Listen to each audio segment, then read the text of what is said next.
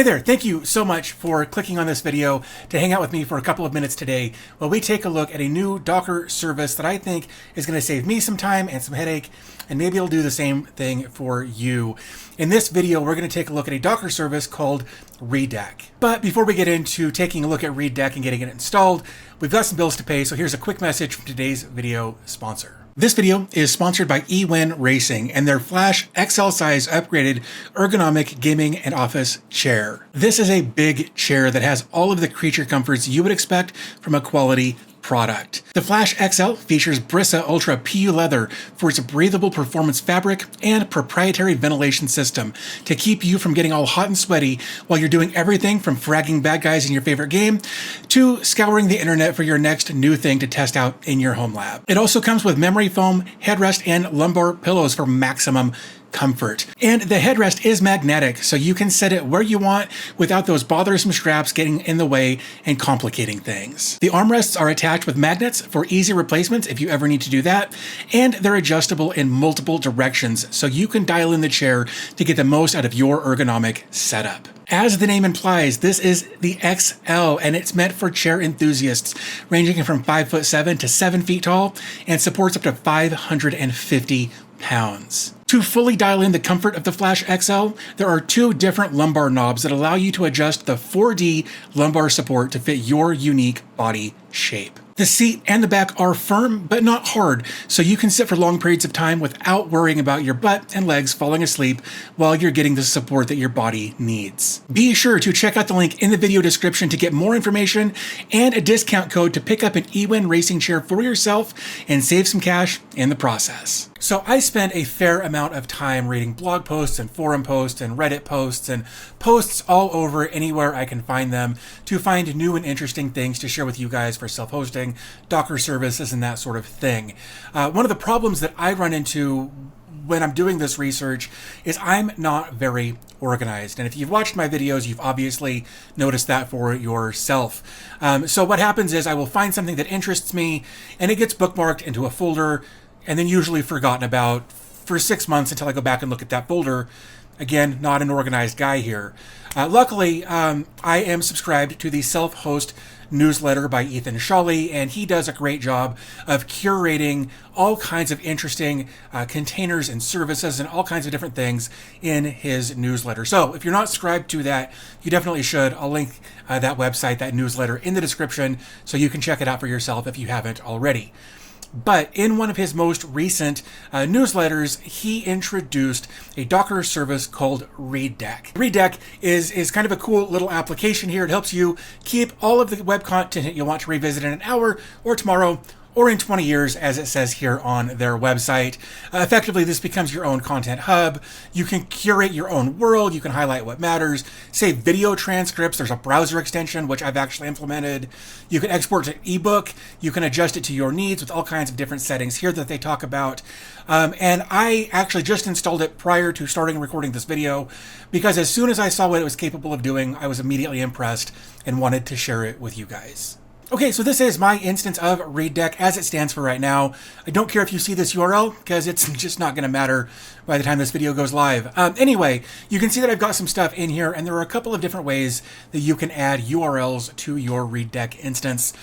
You can, obviously, like it says right here, you can just copy and paste a URL. So let's go back to my website just for the giggles of it. We'll come back over to here. We'll paste that in and click on Save Link. Refresh. Now that is one thing that I've noticed, and we'll come back to this, but one of the things that I've noticed is when you hit save or log in or whatever your execute this command button is, whether it's here or logging, whatever, right? The screen doesn't refresh, which is a bit frustrating and caused me a bit of a headache when I was trying to get logged in earlier. I'm going to demonstrate that. In fact, you know what? Screw it. Let's just do it now. Right? I'm going to come down here. I'm going to log out. I clicked the logout button and nothing happened until I refresh. So I'm going to put in my username and my password, and I'm going to click sign in. Nothing happened. Ta-da! I don't know why it's doing that. I don't know why the page isn't refreshing. I don't know if this is an issue in their code or what, but I've tried this on 2 different PCs, one here in the studio, one in the main part of my house, and they both do this, and it confused me. So just know that that is a bit of a bug. It shouldn't matter if you're not logging in and out constantly, but it was still very confusing to me as I was trying to get logged in for the first time because I hit enter and nothing happened. So that's hopefully maybe somebody in the comments can tell me why that's happening, or maybe there is something the developer needs to do. I don't know, but that's just a little bug that I found that hopefully they can get fixed. So anyway, now that we've covered kind of that, it will kind of, I think it will help simplify some things as we're going through the rest of this video, right? So here we go. I've got these different things in here, this blog post and this blog post and this website. This was actually supposed to be the video for today. This Lou Blogger, it didn't go well. It did the other day, and then it didn't this morning, and I lost all faith in humanity. Maybe it's an over-exaggeration, but the reality is I wanted to make Lou Blogger. It's a great application when it works. But then I found this and am equally as excited about this as I was that. So here we are. But anyway, right, so you can save things all kinds of different ways. Like I just added this blog post by entering the URL in there. If I open this up, like this is actually in this, like this is here in our read later. Oops. Oh, wow, I don't know what happened there. That was weird. Oh, remove highlights. Interesting. Anyway, like this is actual text. This isn't just an image like a lot of other services do. This is actual text that we can edit, or not necessarily edit, but highlight and copy and all that sort of stuff. It brought in all of the pictures. It did all of this just that quickly and easily. So I really dig this. The one thing I will say that I'm disappointed in, if I'm being honest, is that it didn't pull in the YouTube URL that was up here at the top of this post. If I come over to here, pop this open, like there's the YouTube URL. There was a header image there that it actually did bring in here and here, but it didn't bring in the YouTube URL, which I hope they can fix, just because I do a lot of reading of this kind of stuff, and I think other people will too. So hopefully they can do something about that. Also, I just noticed this. I just installed this for the first time. This text that I highlighted down here is right here. So that's kind of cool. We're gonna remove the highlight. There we go. But that's what's going on there. You can actually, like here I want to highlight this and save that as kind of a note for later. And I want to save that as a highlight for later. And I want to do this for later as well. So you can, and it will actually take you to those spots so you can kind of keep notes on the things that are important to you about that article. I think that's really cool. I really dig that. But again, it brought in all of the images, it brought in all of the text, it brought in all of the links, just not the video.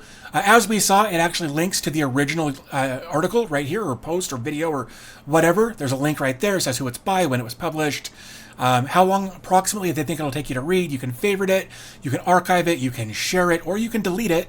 And you can also add labels. So if you wanted to do something like, I'm just going to add Zima to that. And then if I come back, I could do like Zima here as well, and it auto-filled that, so we can add that label and come back. And here we can see that Zima is highlighted under both of those things as well. So they've done a really good job of making it so that you can categorize and organize your different posts, whether it's, through tags or something like they've done over here. You can go to articles and it's only going to show you articles, or you can go to videos and it will show you only video content. Of course, this is YouTube, so it recognizes that that's a video. You've got labels that you can go to and pull those up. You've got highlights that you can find and pull up that way. You can search. Let's just do a search for USB, for example, and hit go. And hey, look, there's USB. I know USB is in that article, so all of that works really, really well. So of course, let's say you are out. Let's come over to here. Let's go to like March of 2018. Sure, why not? And now I've got how to update VirtualBox in this video I did a long time ago, 6 years ago, geez. And let's say for some reason I want to save this article to my read later instance. I come up to my browser and click save. And I can add labels to that if I wanted to right then. Cool. So open in Readeck. Oh, because that's really all there was on there, wasn't there? There wasn't much on that page. Yeah, no, there just wasn't much on that page. So it did exactly what it was supposed to do. So that was, in fact, it picked up some other stuff in there as well, but that's fine. It was on the page and it recorded it. So well done. I'm going to go ahead and delete that though. Hey, this bookmark will be deleted in a few seconds. Do you want to undo that? Yeah, I realized I don't want to delete that. That was an oops. And I like that there's a little bit of a fail safe in there. That's a really good job that they've done there. I'm going to go ahead and let that delete though. Come back to our home page. We were just waiting for that to delete. So while it's running its little jobs in the back, we can take a look at some other stuff. Over here on the left, there's light and dark and system for your light and dark mode. So I dig that. There is a section here for settings. So we can do like your profile. You can change your settings there. You can change your password. There are application passwords if you need that for API calls and stuff like that, I believe. Or if you're using a third-party thing that you want to log in, you can. Oh, right. So because again, sometimes the page doesn't reload. I just generated 3 of them accidentally. But I can open one of these up. I can name it, so I can give it an application name. I can give it specific permissions for read and write based on bookmarks or admin. Or we can delete this entirely, which I'm going to go ahead and do, which again, it didn't refresh, and I don't understand why.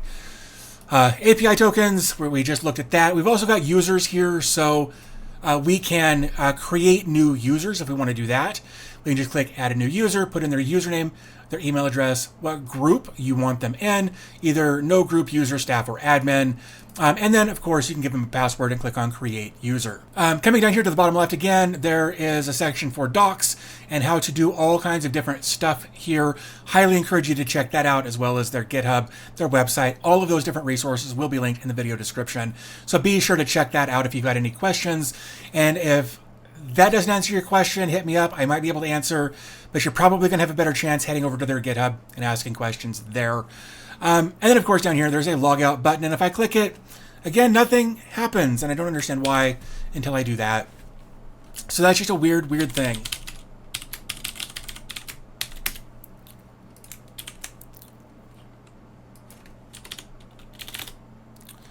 Just don't get it. But again, if you're not logging in and out all the time, it's probably fine. So in order to install the browser extension, you'll need to go to the browser store of whatever browser you're using. So in my case, I'm going to do this in Chrome. And I did a search for Readeck in the Chrome Web Store over here on that URL. I'll link to this in the video description so you don't have to do the research I did to get here, which was actually simple anyway. Right, so I've got it installed in my browser. It's right there. I need to log in to my instance of Readeck. So what I'm going to do is I'm just going to come over here. I encourage you to put this on a domain name if you have that option. However, if you don't, you can just use the local IP address if you don't want things to be remotely accessible. Completely your call, but I need this URL like so, and I'm going to come over to here, and I'm just going to put my server URL in right there, and then my username and password. It's that simple. Like so, and then we'll click login. There we go. So now it gives you just a kind of a quick rundown, and then you can just say, got it, and don't show this in the future. So I'm just going to close that for right now. I'm logged into that extension, and that's all there is to adding the browser extension and connecting it to your instance. Very, very simple stuff here. So that's kind of the gist on how this works. I really do dig the overall thought process that went into creating this application. Hopefully you guys will also use it or find a use for it in your setup. But of course, before we get to that point, we need to take a look at how to install it and how to not install it the way they tell you to, because I don't like how they do it. We're going to do it my way instead. So let's take a look at getting Readeck installed in Docker. Okay, so here we are on their Codeberg page. I think I said GitHub earlier. I misspoke. It's not on GitHub. It's on Codeberg. Again, linked in the video description. Don't have to search for it. And this is the repository that they use for their stuff. And we can see that this was updated last week, 3 weeks ago, and including months and weeks ago and things like that. So it's actively being developed and worked on and maintained and that sort of thing. And I think that's really, really important. When you want to deploy a piece of software or a container or a service or whatever, make sure that it's actively being developed before you run the risk of installing it in your production hardware. But if we scroll down, of course, there's a bunch of information here. I encourage you to go through it. We're going to come down here. We've got features, installation, FAQ, under the hood, and license. We're just going to keep scrolling. And right here, there's this weird Docker command of docker run -rm-ti-p, and then the ports, and then the volume, and then the repository they want you to use.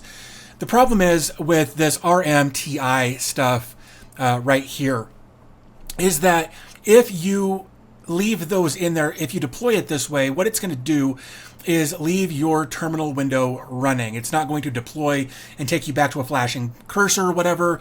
It's just going to leave that running as an active command. So I don't like running it this way. I don't think it's a good idea. It's just, it's too susceptible to somebody literally hitting Control-C and shutting down your application. So I've actually rewritten this a little bit. I modified this to be something else. We'll take a look at that. But this is the default command they want you to run, and I don't think it's a good idea to run it this way. So I'm going to jump over here to my Proxmox. This is the read later. In fact, those are a couple of other services I tried to make videos about this morning that didn't go well. So what I'm going to do, I'm going to do this Portainer template. I'm just going to clone it. If you don't know why I'm doing it this way, I've got a video where I talked about more quickly deploying Proxmox containers, that sort of thing. Definitely check that out to understand why I'm doing what I'm doing here. So I'm going to call it later tut, like so, and click clone. This version of this this Proxmox container has Portainer in it. I've also got one with Dockage, and I've also got one that doesn't have any of that stuff installed at all. It's just a blank Debian 12 Proxmox container. So anyway, later tut has deployed. We're going to click start. We'll give this a second.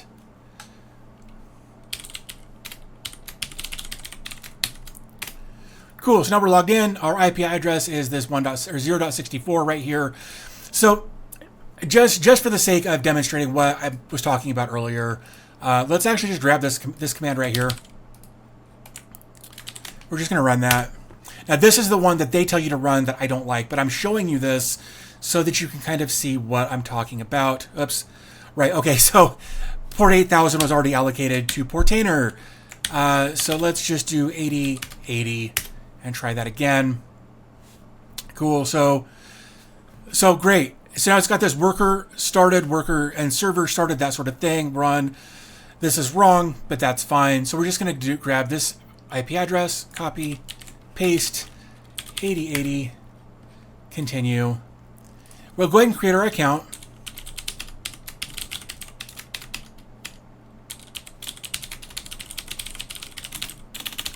Right, and we'll click finish installation, and there we go. Cool, just that easy. We got it installed. Except that, and we're seeing active logs. This is all happening in real time right here. But if I hit Control-C, to get back to my terminal window, shutting down, server stop, stopping server stop, stopping workers stopped. And now it doesn't work anymore. So I've modified this script a little bit so that we can have this run without having to leave this terminal running the way it is. Oops, you know what? Let me clear my screen. There we go. So I replaced that those two other commands. Oops, where did it go? This rm and ti, these two flags right here, I've removed and replaced with just a -d so that it isn't dependent on the terminal window staying open, right? So, oh, that's all fine. 8080, that's what we did. I'm going to hit enter. Cool, we're back up and running. And we've got persistent data because we've got this volume right here. So if I refresh, I should be able to get logged right back in. Oops, I figured that was going to happen. And see, and that time it reloaded, but just fine. It reloaded just fine and logged me in. I don't understand what the hang up is sometimes. Weirdest damn thing. So there we are. We're back up and running using my command instead of theirs, and we get our terminal window available to us still. If we want to look at Docker logs, or if we want to look at other stuff in the terminal, we can do that and not have to shut down our container. So I removed the --rm and the -ti and replaced those with the -d, and now we're back up and running and everything is working. One thing that I dig about this application is that you don't need to declare a URL, a domain name, or whatever. You can just, use Cloudflare Tunnels or Nginx Proxy Manager or Caddy or Traffic or whatever your preferred method of remote access happens to be, and you don't have to worry about it not working because you don't have the right URL set up for it. It's just, I love that they've kept it simple as far as how it works. And adding it, I've got it set up on on Cloudflare tunnels with no issues whatsoever, and it just works, and I love it. So I would love to know what you guys think about Readeck. If you guys would implement something like this, or if you've already implemented this or something like this. If not this, then what are you using? I'd actually like to know that. So because I like to have options as well as you guys do. So let me know in the comment section if this is something that you would use, or if you're using something different already. Also, I want to thank Ewin Racing for sponsoring this video. Definitely check them out. There will be a link and a discount code down there so you can pick up one of your own shares from them. So I think with all of that said, I'm going to go ahead and wrap this up. I want to thank you guys for spending a few minutes of your day with me today. And I'll talk to you in the next video.